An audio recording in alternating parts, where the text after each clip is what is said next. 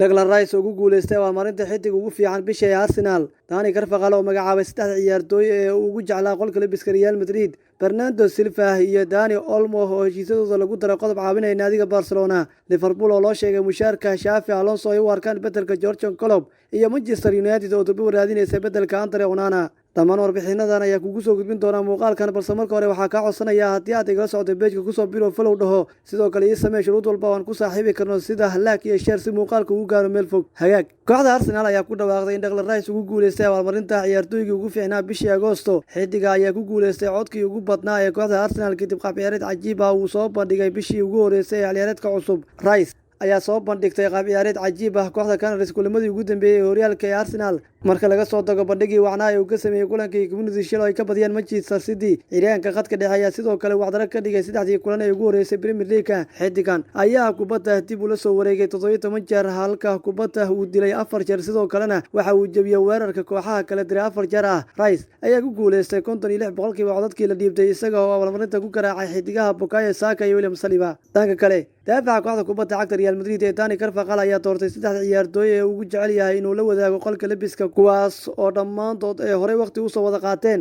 31 sano jirkaani oo ka soo baxay kulliyadda da'yarta Real Madrid ayaa wax uu baal dahab ah uu kaga suntan yahay safka guulihii ugu waaweynaa u keenay kooxdaasi tan iyo sanadihii 1960-meeyadii iyaga oo 5 Champions League ku guuleystay 8 sanadood gudahood kuwaasi oo 3 ka mid ah ay isku xigeen. waraysi uu siiyay wargeyska Marca ayaa lagu weydiiyay saddexdii ciyaartooy ee uu la wadaagay qolka labiska ee saameynta badan ku yeeshay waxaana uu ku jawaabay laacibkani Cristiano Ronaldo, Sergio Ramos iyo Luka Modric. waa iyaga dadka aad la hadlayso oo ay tahay inaad u soo jeesato dhammaan shantaada dareen waxbay kuu sheegayaan waa inaad qarato ayuu yiri Dani Carvajal. Si kastaba ahaatee Luka Modric ayaa ciyaartooyga keliya ee ka sii haray saddexda laacib ee uu doortay ciyaaryahanka Dani Carvajal. dhanka kale kooxda kubadda cagta Barcelona waxay si fudud ku heli karaysaa laba ciyaartooy oo waaweyn xagaaga dambe kuwaas oo qandaraasyadooda lagu daray.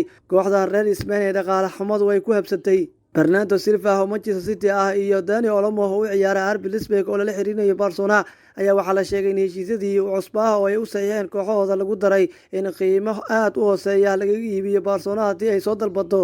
xidiga reer Portugal ee Bernardo Silva oo aad ula dhacsan yahay Xavi Hernandez ayaa heshiiskiisa cusbaa ee Manchester City uu sanadkii hore u saxiixay waxa uu ku daray qodob dhigaya in haddii ay Barcelona soo dalbato laga iibiyo 58.5 milyan oo euro balse kooxaha kale ee soo dalbada ayaa Manchester City waxa ay u haysataa in ay la korkortanto. Dani Olmo oo ay da'diisu tahay 25 jir kana soo baxay kulliyadda da'yarta Barcelona ayaa waxa heshiiskiisii cusbaa ee uu saxiixay RB Leipzig oo soconaya ilaa sanadka 2020 waxa isna uu dhigayaa in haddii ay soo dalbato kooxdiisii hore lagu burburin karo 60 milyan oo euro balse waa mid sidoo kale u furan kooxaha kale oo dhan. Barcelona ayaa xagaagii tegay waxa ay kaliya qarash kareysay 3.4 milyan oo gani oo ay ku soo iibsatay Oriol Romeu halka ay si bilaash ah kula soo wareegeen Ilkay Gundogan iyo Inigo Martinez iyadoo sidoo kale ama ay ku soo qaateen Joao Cancelo iyo Joao Felix. geesta kale Xavi Alonso ayaa la soo bandhigay mushaarka uu ka qaato kooxdiisa Bayer Leverkusen waxaana inkastoo uu shaqada tababarnimo uu ku cusub yahay uu haddana uu ka mid yahay tababarayaasha ugu mushaarka badan horyaalka Jarmalka. wargeyska Bill ee ka soo baxa wadanka Germany ayaa shaaciyay mushaarka ciyaartooydan hore ee Real Madrid, Liverpool iyo Real Sociedad waxaana uu warkani soo baxayaa maalmo ay xoogan yihiin wararka sheegaya Liverpool ay doonayso inay ku bedesho Jurgen Klopp oo uu xulka qaranka Germany u yeeranayo. Xavi Alonso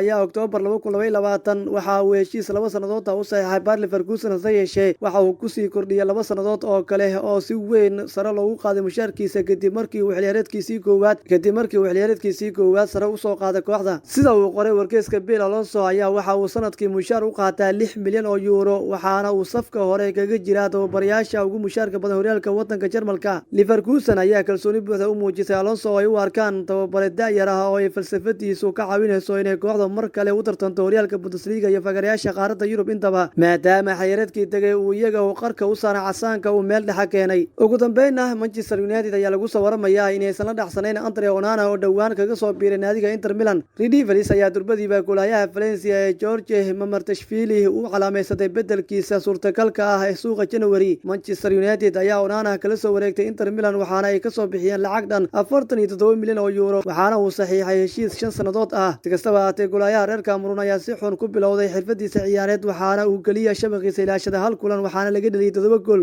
sida laga soo xigtay Duda Fajigas. Manchester United ayaa Mamartashvili u go'aameysatay beddelka kulahaya Onana iyaga oo u dhaqaaqaya suuqa January. Wararka ayaa sheegaya in ayna kooxda ku qanacsaneen qaab-ciyaareedka kulahayaha waxaana ay diyaar u yihiin in ay 22 milyan oo kaliya ay kula soo wareegaan kulahaya Mamartashvili.